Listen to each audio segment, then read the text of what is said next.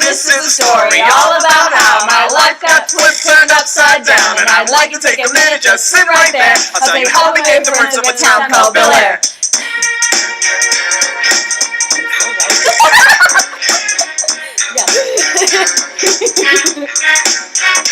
In West Philadelphia, born and raised on the playground where I spent most of my days, chilling out, maxing, relaxing, all cool, and all shooting some b-ball outside of school. When a couple of guys who were up to no good started making trouble in my neighborhood. I got in one little fight, and my mom got scared and said she was with the auntie and uncle in Bel Air.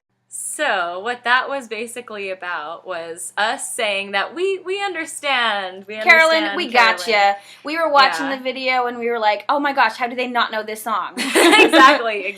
So we had to sing it for you. Mm-hmm. Which brings us to our next point, that when we did our little Fresh Prince of Bel Air thing, we were producers. So we were remixing what you were trying to do in your video, and now we're creating our own thing off of something else. We were consumers and taking what you had posted and then producing our own remix of that. Exactly. Which segues into our next idea, where we're also discussing not just on Facebook that you can remix and share and do all of these things, but also on other social networking sites like Tumblr. Mm-hmm. So on Tumblr, you have certain etiquette when it comes to remixing and to putting things on the site. So as everyone, I'm sure, is familiar with GIFs, there's a huge etiquette with GIFs on Tumblr where if you don't tag who created the GIF, that's a big no-no. It's not something you do. It's not legit. It's not legit. Exactly. So it kind of goes back to that idea of trace, where, for me, a lot of the time I won't know who created the GIF. If it's a GIF that has been reblogged, it's really, really popular, and I've seen it a million times, it's the idea of trace of, I have no idea where this GIF originally came from. Even though I saw it in this one person's blog, I'm fairly certain that that person didn't create that GIF, meaning they are not legit enough. Because she saw it in how many blogs or how many reblogs on her dashboard going through the people that she follows. You go through your dashboard, you can see the same GIF over 10 times with different comments on the bottom. Exactly. And so that actually goes into what we were going to talk about producing and consuming on Tumblr in terms of comments that people have on posts that they put up. And that someone can have a post that they find on their dashboard as a consumer and then remix it by editing the comments on the bottom, either by deleting them or deleting some of them and then adding something they want, or just not having any comments, depending on what the person wants to portray on their Tumblr blog. And that's it goes into another etiquette thing where that's also kind of a no-no in Tumblr when you delete what everyone else has put before you. In fact, there's a GIF of people highlighting someone actually doing that and deleting it and showing that, no, you shouldn't be doing this. It's the idea that they want to keep as much participation in the post as has already been in there. And so that, I feel like that site really spawns, what am I trying to say? I think it's trying to promote a lot of participation in having all of these persons' ideas coming up, and every new idea that is reblogged with whatever post, it's something that is remixed within the original post. Yeah.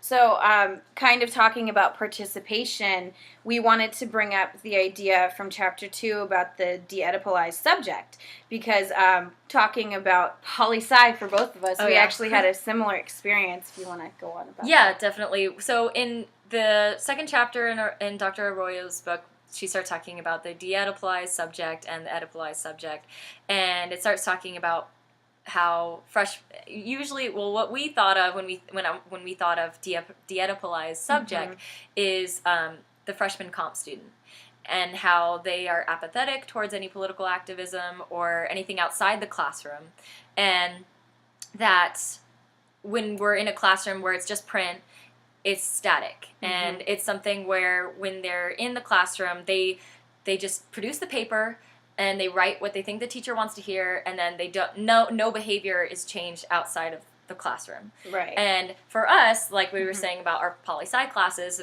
for me, mine was freshman year of college. 100. Poli-sci 100.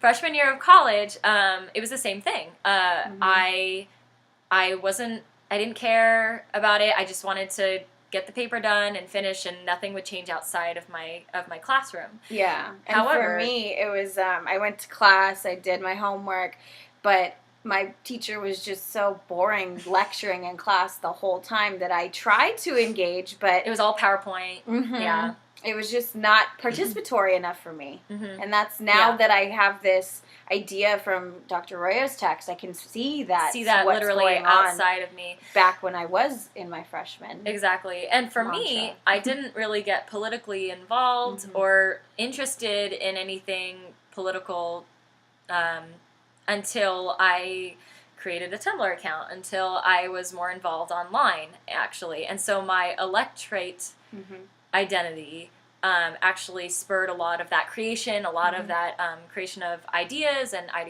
ideology for me, and it wasn't necessarily in the classroom. Yeah, same for me. And then even recently, both of us had an experience on my Facebook from posting articles and having such a participatory chaos happen from those posts. Chaos is the right word.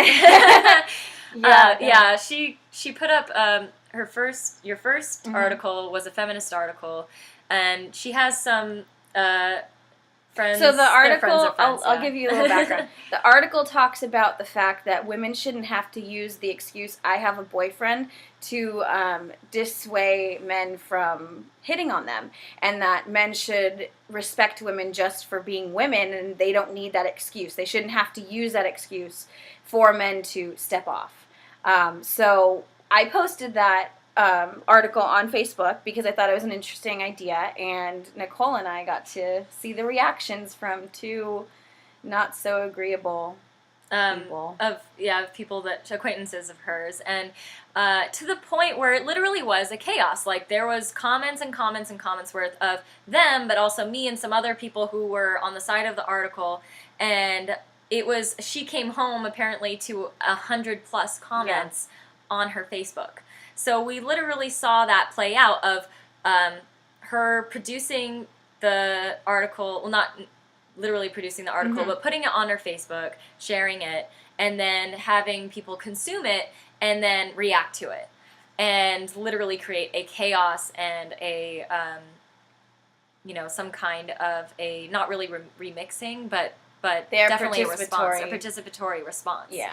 And it was the same thing. She posted another article. I posted a second article that was talking about gun laws, but it was cartoony. There were two different images. There was one that was a clock, and it had different cities that had had mass shootings.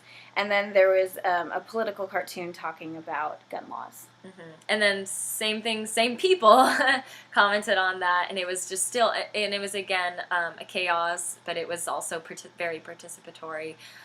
But what was interesting about the second one was their reactions got more personal in terms, like, the first gentleman who responded to me, I'm being nice, the first gentleman who responded to me didn't really even talk about the article. He just started attacking me personally.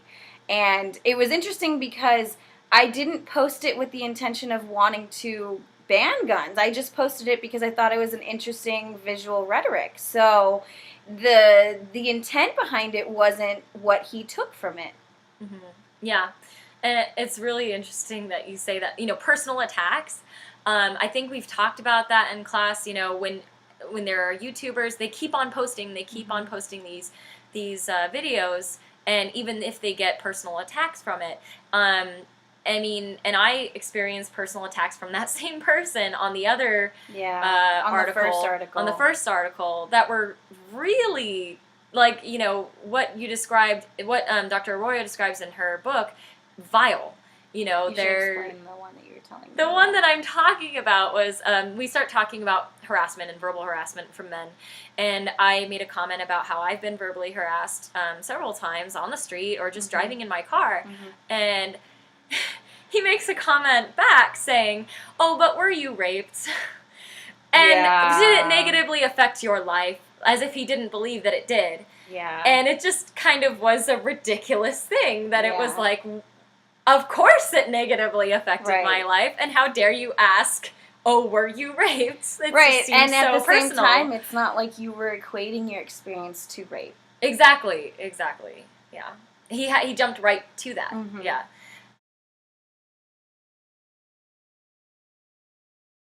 And now we'll finish with what you started with Spice Girls. Woot! Goodbye, my friend. You're such a good that I can still feel you here. It's not